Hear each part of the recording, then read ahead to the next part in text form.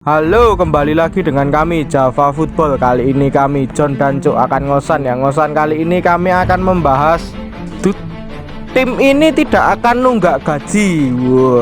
Tapi tim ini sudah mempunyai finansial yang menurut kami itu pandangan kami sangat kuat. Nah, siapa timnya? Oke, kita saksikan.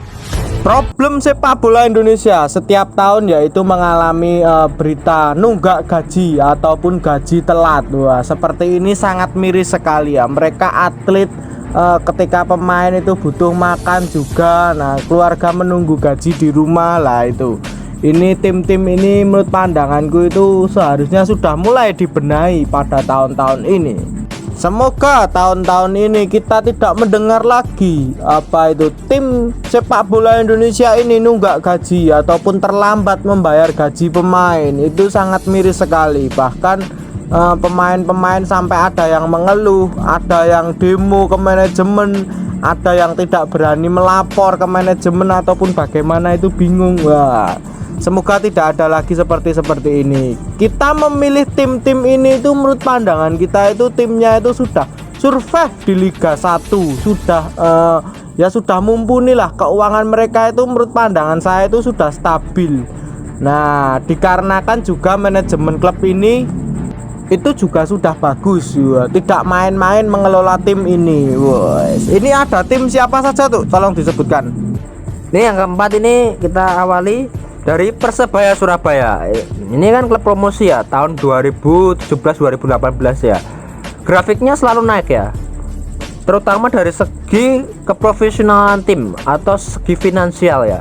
Mereka itu kan seperti yang dulu-dulu kita bahas ya, di bawah naungan manajemen Persebaya itu finansial klub, ekosistem klub atau secara bisnis ini sangat maju sekali. Dilihat dari banyaknya unit bisnis atau punya berapa cabang atau banyak cabang di area Surabaya Raya. Manajemen Persebaya membangun fondasi finansial ini luar biasa ya menurut saya ya. Ini bahkan mempengaruhi tim. Akhirnya apa? Gaji lancar, beli pemain bagus-bagus, bahkan sampai prestasinya setiap tahun naik. Nah, luar biasa ini. Ya, betul sekali ya. Ketika kalian itu bilang, banyak yang bilang setor banyak cuman cari untung, sebenarnya itu menurut pandangan saya itu salah juga. Itu juga tidak bisa dibenarkan. Nah, Pak Azrul juga pernah berkata, mereka di YouTube dia itu setiap pertandingan itu hanya kadang untung, kadang juga rugi, kadang juga ya nggak untung sama sekali. Nah, itu juga miris sebenarnya. Nah, sewa stadion, masih memikirkan fasilitas dan lain-lain, keamanan. Kalau dipikir-pikir, mengelola tim Indonesia itu semakin timnya itu besar, semakin timnya banyak supporternya, itu juga semakin beresiko juga.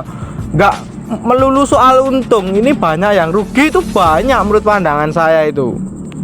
Tetapi tim Persebaya ini bisa melakukan pondasi yang kuat, membentuk pondasi. Ini sangat bagus menurut pandangan saya itu dari Persebaya ini. Ya, semoga Persebaya di tahun-tahun selanjutnya itu bisa survive terus seperti ini, dan ya semoga bisa lanjut ke cita-cita Pak Azrul ini, mau pentas Asia. Wah, itu bagus cita-citanya. Wah, ini ada Persebaya. Terus ada lanjut lagi dari tim yang mana, Cuk? Kalau disebutkan. Ini dari Persija Jakarta ya. Persija Jakarta ini mah klubnya sering nunggak gaji ya, terutama tahun 2014 sampai 2016 ya.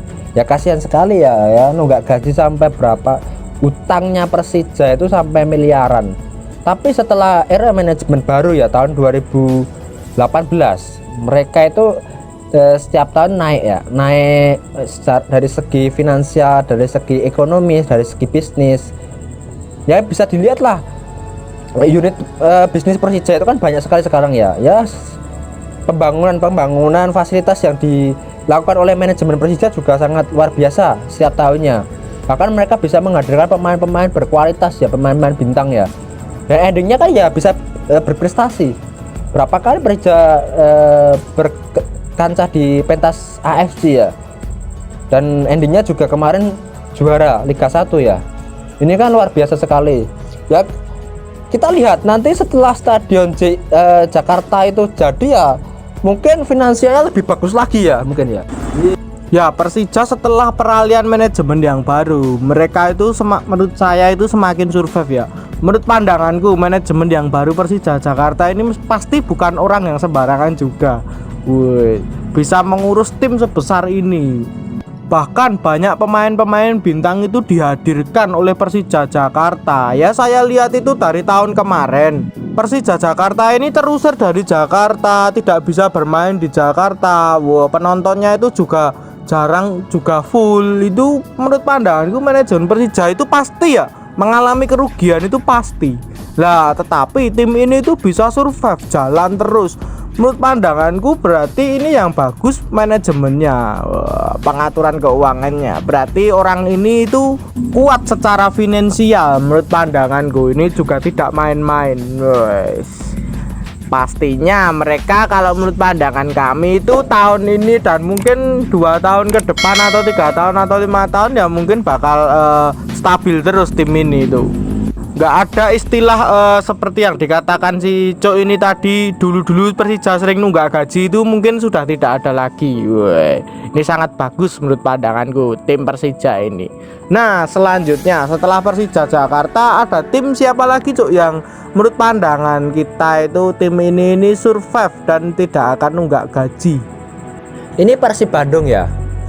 Kita lihat itu setelah manajemen baru ya di era tahun 2009-2010. Tim ini setiap tahun semakin meningkat ya dari segi finansial ya, terutama sponsorship. Persib ini sangat ahli dalam menggait sponsor. Dilihat itu sponsornya terempel atau banyak sekali ya. Ini sebenarnya bagus untuk kekuatan tim ya secara finansial ya. Nggak ada tuh dari dulu istilah dalam berita ya, di berita nasional itu Persib nggak gaji itu nggak ada sampai sekarang. Ini berarti kan kualitas manajemennya patut diacungi jempol ya. Bahkan mereka bisa menjadi juara Liga 1 tahun 2014 ya. Dan terutama mereka bisa menghadirkan Asian. Wah, dengan bayaran yang tinggi ya. Wah, luar biasa ini klubnya ini.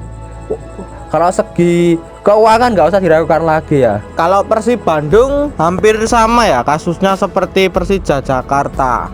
Nah, Persija Jakarta ini juga mempunyai manajemen yang kuat dalam finansial. Lah, Persib Bandung ini juga sama. Selain kuat dalam finansial juga, manajemen Persib Bandung ini sekaligus itu cerdas dalam menggait sponsorship untuk tim Persib Bandung ini.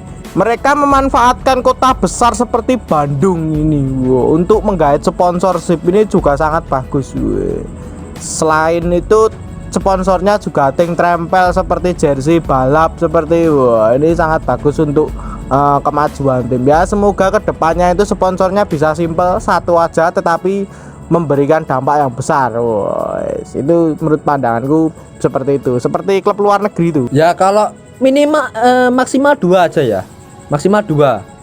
Ya bagusnya 1, saya pengennya ya 1 kayak luar negeri. Tapi kalau pengen kedepannya ya 2 itu ya di depan 1, di belakang 1. Tapi ya itulah kalau untuk saat ini ya kita maklumin aja. Kalau di mana-mana ada, di setiap lengan ada, di celana ada, di mana-mana ada ya, kita maklumi. Tapi semoga kedepannya ya sedikit lah, semoga sedikit tapi memberi dampak yang besar. Ya, lanjut lagi. Selain Persib Bandung, Persija Jakarta dan Persebaya ini, ada tim siapa lagi Cuk menurut pandanganmu itu yang survive dan tidak akan nunggak gaji ini? Di mana-mana itu kalau di sepak bola Indonesia setiap tahun itu pasti ada berita gaji nunggak, gaji telat. Tapi ada yang unik dari Bali United. Ini tahun 2019 kemarin itu manajemen Bali membuat statement gaji pemain Bali United itu naik. Ini kan sebuah anomali yang positif ya. Biasanya gaji nunggak, gaji telat, ini gaji naik. Nah, ini kan patut ditiru oleh klub-klub Indonesia yang lain ya. Nah, kalau dilihat ekosistem Bali United kan wah luar biasa ya, nggak bisa ditanyakan lagi ya. Kita lihat bagaimana mereka itu mengelola tim ya, mengelola stadion, mengelola bisnis. Mereka itu tidak mengandalkan tiket. Biasanya ya klub Indonesia itu sering mengandalkan tiket, tapi Bali United ini tidak hanya mengandalkan tiket. mereka itu bahkan bisa menyulap stadion itu, bisa membuat kafe, membuat setur, membuat bahkan taman bermain ada di Stadion Dipta. Jadi finansial klub itu selalu terjaga, entah itu ada pertandingan atau tidak ada pertandingan. Ini patut diacungi jempol. Ya, kalau Bali United sudah tidak diragukan lagi. Mereka memang timnya itu, walaupun mereka ini tim baru, tapi mereka itu bisa survive, langsung bisa survive loh ya. Langsung ini menurut pandanganku. Kenapa saya bisa langsung? Ya mungkin dulunya pemilik Bali United ini pasti mempunyai finansial yang sangat kuat dulu. Dia itu modal dulu loh ya. Ingat, untuk membenahi Stadion Dipta itu juga dari modalnya dia sendiri. Nah itu, terus langsung membentuk setur dan lain-lain dan kawan-kawannya itu dia itu modal terlebih dahulu. Dari membentuk Bali United dari 0 sampai sekarang, sampai bisa ke pasar saham. Wah, ini juga bagus menurut pandangan saya. Nah, mungkin itu dulu saja perbincangan kita tentang 4 tim yang menurut pandangan saya Java Football sendiri itu 4 tim ini akan survive di Liga 1 dan tidak akan nunggak gaji. Lah, jangan lupa like, comment, dan subscribe.